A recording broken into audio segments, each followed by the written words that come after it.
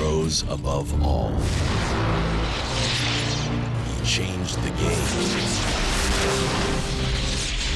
and became a legend.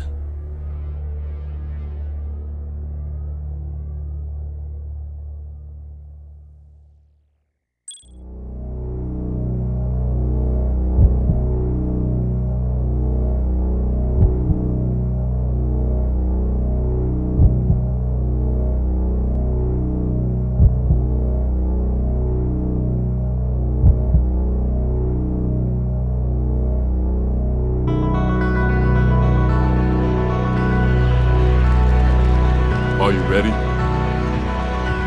From North Carolina, at guard, 6'6", Michael Jordan!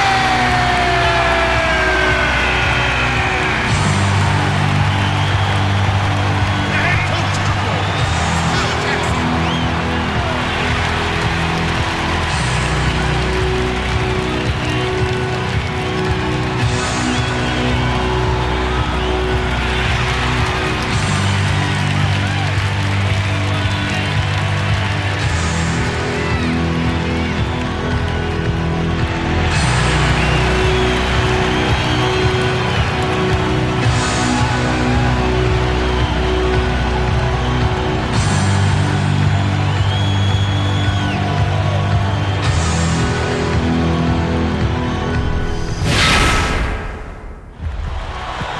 Hello, everyone. This is Kevin Harlan alongside Clark Kellogg, and we welcome you to the opening game of the 1991 NBA Finals.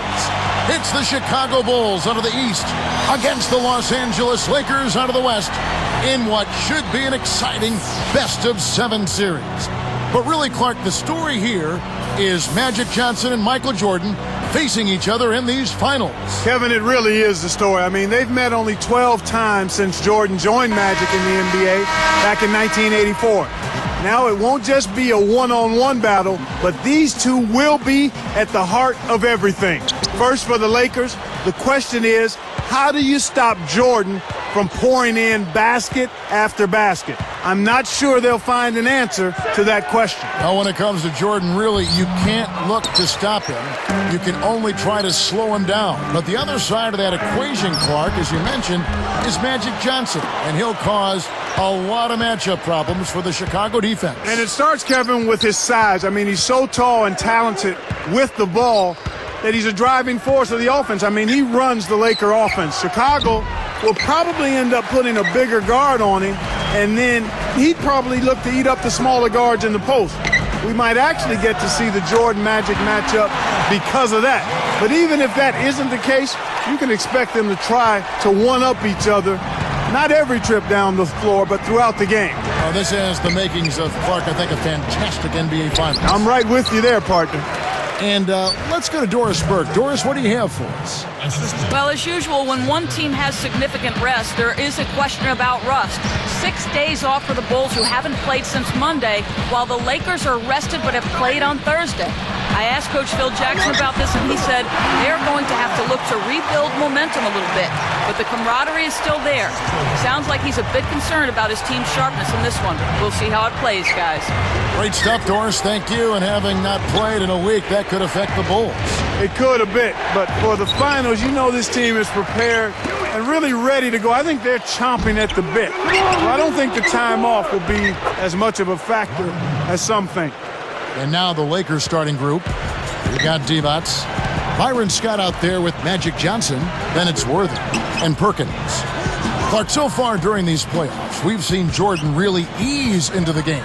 Yeah, good strategy for him. He's tended to keep a low profile in the early going, allowing other guys to get involved, and then he steps on the gas in the second half, acting as a distributor in the first part of the game and then scoring later. Kind of giving the team what they might need in any given game. Yep.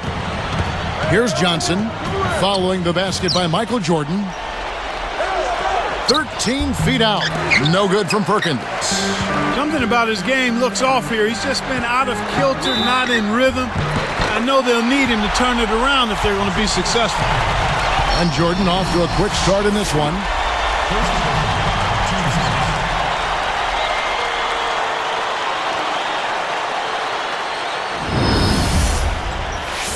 in some changes for Chicago.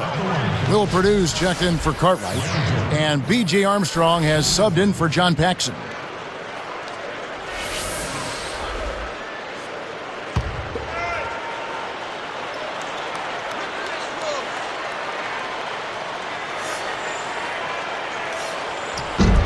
And he makes the free throw.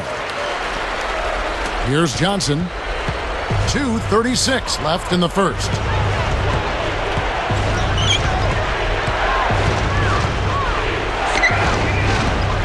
He's covered by Armstrong. And Perkins backs in. Banks it home. Perkins got his first 2 points. The Bulls leading by 3.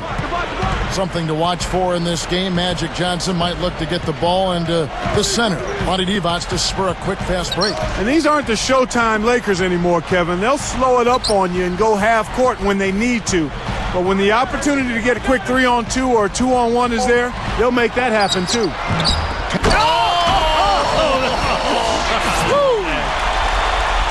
He's a fantastic rebounder on both ends of the floor.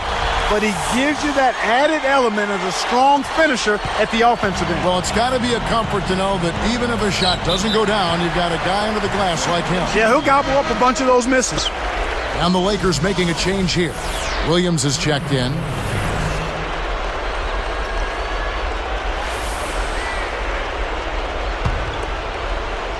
Here's Armstrong.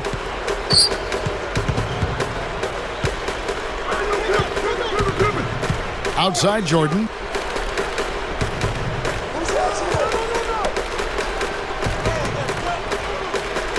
Outside Pippen. Michael to shoot. That doesn't go either for Jordan. Lakers trail by 5. And Doris Burke has a report for us from the sideline. Well, gentlemen, Michael Jordan has been trying to downplay the Magic versus Michael matchup, repeatedly saying it's the Bulls versus the Lakers, not just two people competing.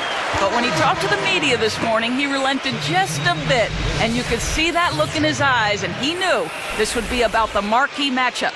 Makes you think he's been sandbagging a little bit coming into this series, gentlemen.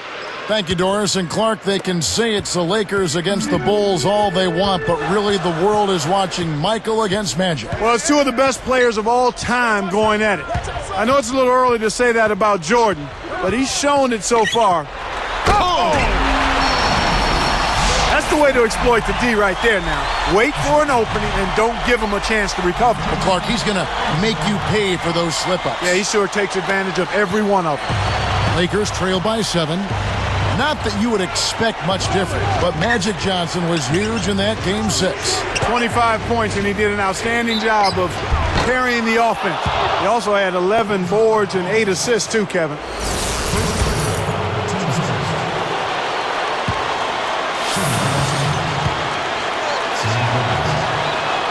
The first one falls.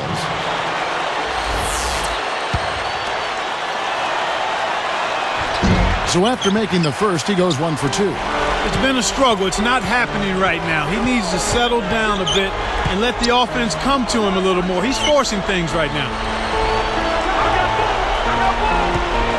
Defended by Scott. Here's Jordan. Another one falls for Chicago.